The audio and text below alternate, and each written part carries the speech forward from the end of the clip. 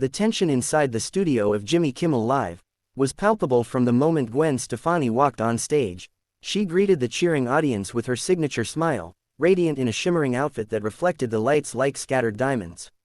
For a moment, everything seemed perfectly normal, a pop icon appearing for a routine interview to promote her latest project. But beneath that polished exterior, there was an energy building that neither the audience nor the host could ignore. It was supposed to be a light-hearted appearance filled with laughter, music, and nostalgia. Instead, it became a night that fans and producers would be talking about long after the cameras stopped rolling. Gwen had come to discuss her latest musical release and her recent ventures in fashion and television. The crowd was thrilled to see her. Her energy has always been infectious, her charm undeniable. Jimmy Kimmel started off with the usual pleasantries, complimenting her on her enduring success and her unique ability to reinvent herself. Gwen responded with warmth and humor, joking about how long she's been in the industry and how surprising it is to still be considered relevant. The audience laughed, and the tone seemed friendly enough, at least at first.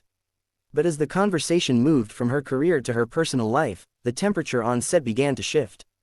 Kimmel, known for his sometimes sharp, teasing humor, began asking questions about Gwen's relationship with her husband, country superstar Blake Shelton.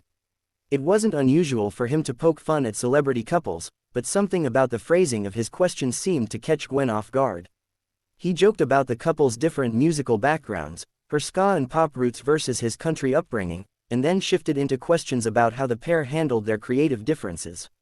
Gwen smiled politely, but her laughter sounded a little forced. She tried to steer the conversation back to her work, mentioning her excitement about performing live again. But Kimmel, sensing the audience's interest in her personal life, pressed further. "So," he said with a grin, "how does a California girl like you adjust to Oklahoma farm life? I mean, do you really get out there and do chores with Blake, or is that just for the cameras?" The question was met with laughter from the crowd, but Gwen's face changed ever so slightly. She smiled, but there was a flicker of irritation behind her eyes. "You know, I actually do enjoy being there," she replied carefully. "It's peaceful, and I love being around nature. It's a big change from LA, but it's real." Kimmel chuckled. "Yeah, I bet. Not a lot of designer boots out there, huh?" The audience laughed again, but Gwen's composure began to waver.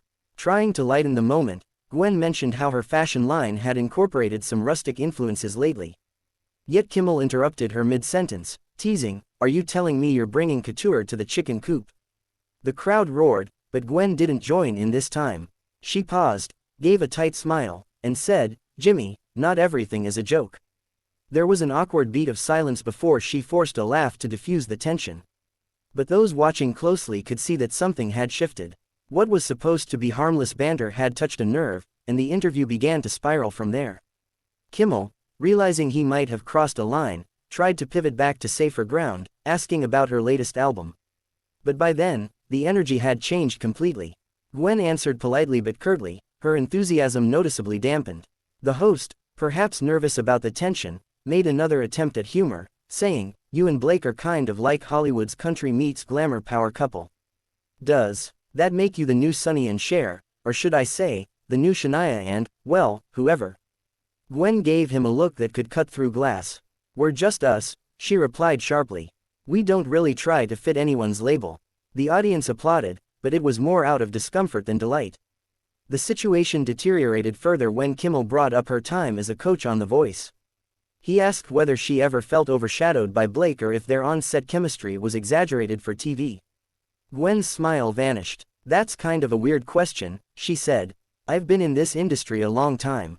I think people know who I am and what I've done."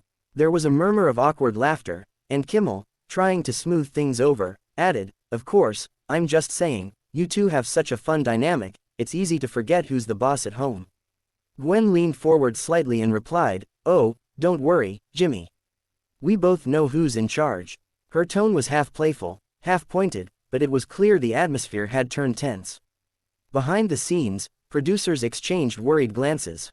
This was not the direction the interview was supposed to take. They had planned for Gwen to perform a song afterward, maybe share a few heartfelt anecdotes about her creative journey. But the chemistry on stage was unraveling fast. Kimmel, perhaps feeling the pressure to keep the segment lively, made one last attempt at humor, but it landed disastrously.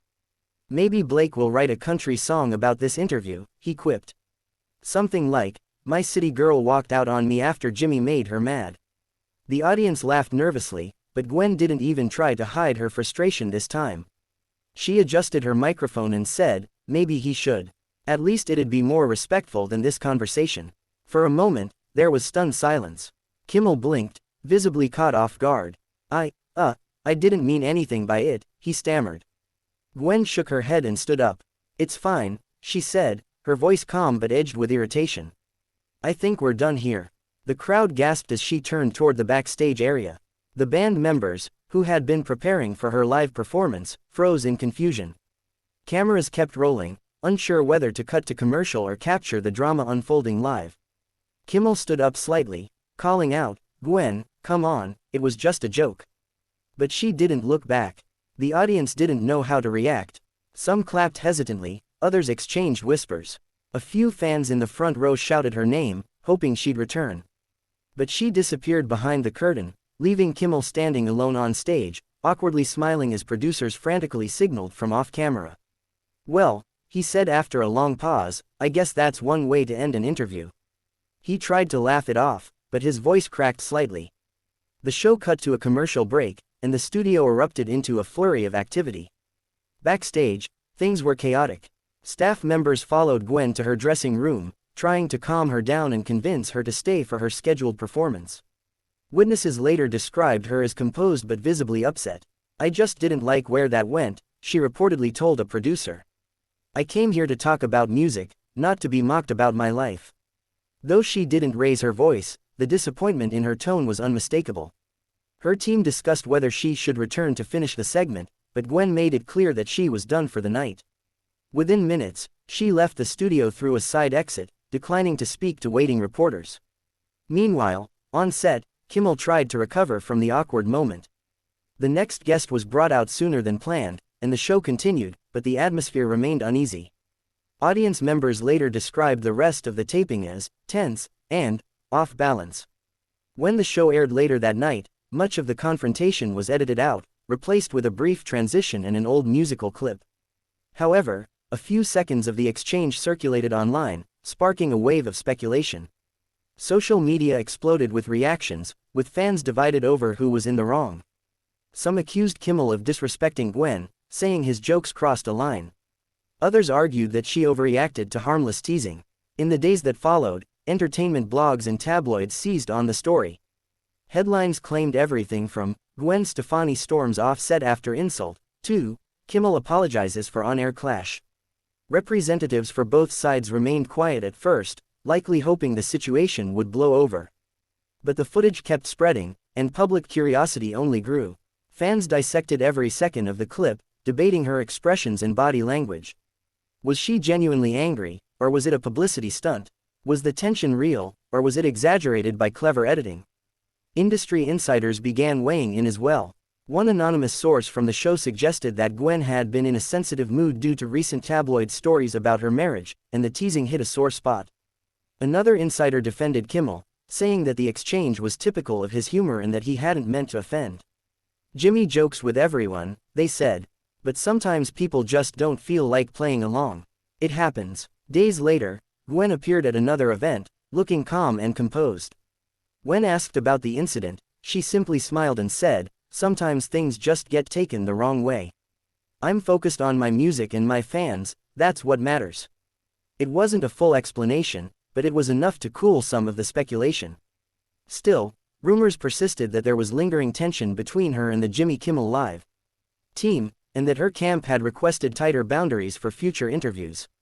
For many viewers, the episode became symbolic of a deeper issue, the fine line between humor and disrespect in celebrity interviews.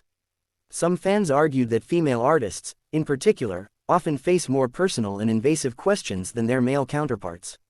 Others pointed out that talk shows thrive on spontaneity and that occasional clashes are inevitable.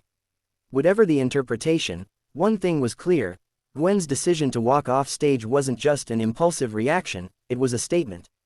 Whether about personal boundaries, artistic integrity, or simply being tired of being treated like a punchline, it struck a chord with audiences around the world. In the end, the night that was supposed to celebrate Gwen Stefani's artistry instead became a reminder of her humanity. Beneath the glitz and glamour, behind the poise and the smile, she drew a line that few in her position dared to draw on live television. And while some called it unprofessional, others saw it as powerful, a moment when a woman refused to laugh at her own expense, even under the brightest lights of Hollywood.